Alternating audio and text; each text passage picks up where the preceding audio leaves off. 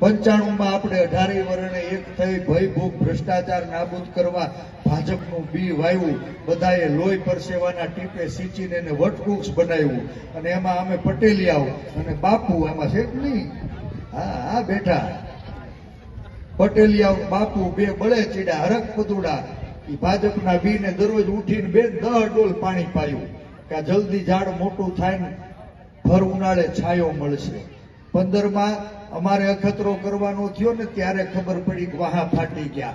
આજ ભાજપના નેતાઓ, એની સરકાર, એની સૂચનાથી એની પોલીસે અમારી માબેન દીકરીઓને મારીને લોટ બાંધી દીધો.